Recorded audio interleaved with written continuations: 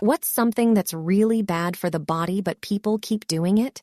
Story 1. Not sleeping enough.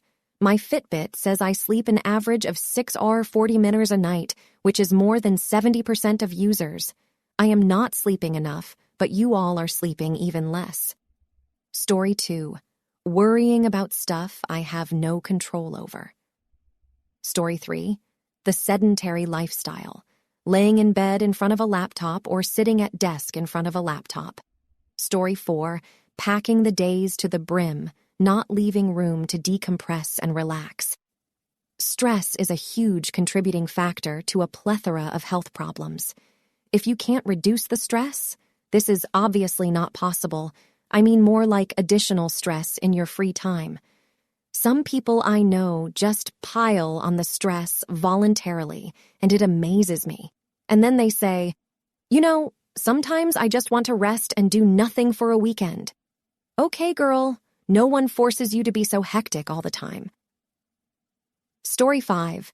Smoking and drinking, staying in toxic relationships. Story 6. Social media.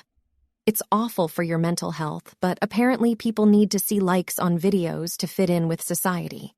Story 7. Not listening to it. Sounds like but hear me out. Whenever I get a craving, it's usually a sign that I'm low on a certain vitamin, mineral, or other kind of thing that my body needs. I think it's an inherent skill most of us have that you gotta nurture over time to fully use. Like, if I'm really craving a salad, I know I'm probably hella low on some vitamins I haven't been eating. If I'm craving something sour like a fruit, I'm probably low on vitamin C. If I really want a burger or other form of beef, I'm low on iron. Usually, when I eat what I'm craving in lower or moderate amounts, I tend to feel a lot better, and my mood gets better. At first, I thought it was just because I was satisfying the craving, but after experimenting with certain food, like eating more fruit and going healthier routes when it came to the protein meat, I got the same affect even when it was stuff I'm not a huge fan of.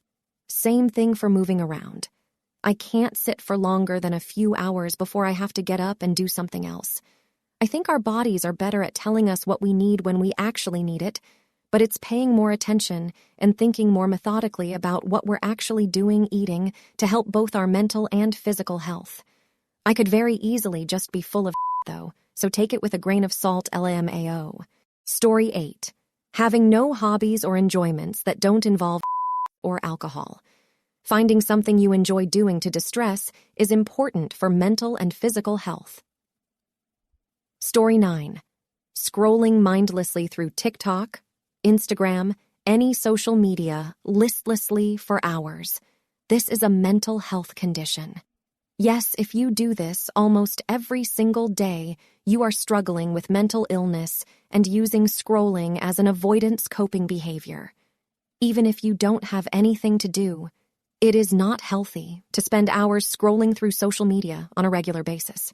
Also, consuming high amounts of caffeine daily, especially when not eating. Story 10. Watching alpha male podcasts. Destroys your brain in 30 minutes. Friends, before we continue our video, I want to remind you of the importance of subscribing to our channel. We are also waiting for your comments and likes. Thank you. Let's move on to the video. Story 11. Dieting. Lifestyle changes can better your health, but crash diets and starving yourself can really take a toll on heart health and permanently mess you up. Story 12. Everything lately, it seems. Can't use certain laundry detergent, can't eat certain sweeteners, can't have your phone near your nuts, can't put a laptop on your lap for too long, can't sit for too long, can't stand for too long. Hell, you're probably sleeping wrong. Anything you say you do to try and be healthy, someone will be there to tell you you're doing it wrong, or what you're doing is bad for you, or what you're avoiding is actually good for you. Just do what makes you happy, as long as it's not hurting anyone else. Story 13. Processed food, refined sugars. It doesn't matter if you aren't fat. If you're eating that crap, you're still doing significant damage to your body. Story 14. Eating sugary things in the morning. Breakfast cereals, waffles, donuts, muffins, orange juice. It's the first thing your stomach digests since it's empty, and I go straight to your blood. Huge spikes in blood sugar. Story 15. Smoking. I know it chills people out, but it causes cancer. And yes, I understand that, so do many other things. But me choosing to drink a soda near a smoker will not give them bowel cancer. But if they smoke near me, it increases my risk of lung cancer. It's a wholly selfish habit. Story 16. Excessive drinking, excessive working. I mean workaholics who don't actually need to work a lot, not people who work a lot because they're poor, a single parent. Smoking. I don't care if someone smokes, everyone has a vice. Story 17. Charcoal toothpaste. It lifts stains and takes your enamel with it. Actually, just the whole charcoal fad in general. I used to visit the same barista every day in NYC, and one day he handed me a black cappuccino, explaining that he put this cool new thing in it that absorbs toxins. I drank it, and then, as the day went on, I started getting cramps and feeling real tired. It turned out he had put charcoal in it, and it did what charcoal does. It absorbs toxins, yes, along with literally anything else in its path, including my frickin' medications and all the caffeine in that cappuccino. Story 18. Sunflower oil, being it mayonnaise, French freeze, or eating deep-fried nuggets. Tobacco, yada yada about how healthy it was for the Amerindians. They probably smoked a few cigarettes, but never smoked 2 packs a day, combined with Red Bull and other energy drinks. Story 19. Consuming food and drink that consists mostly of processed crap and chemical stabilizers. Smoking, drinking, taking they don't medically need, not moving frequently enough, for long enough, regularly enough, not caring for their teeth. Story 20. Taking melatonin. People think because your body produces it naturally, it's safe, but repeated use actually causes the body to produce less since it's getting it from an outside source. And anyone who gives it to kids. Story 21. Simple. People overworking their body to the brink of failure. It ain't that Heathley.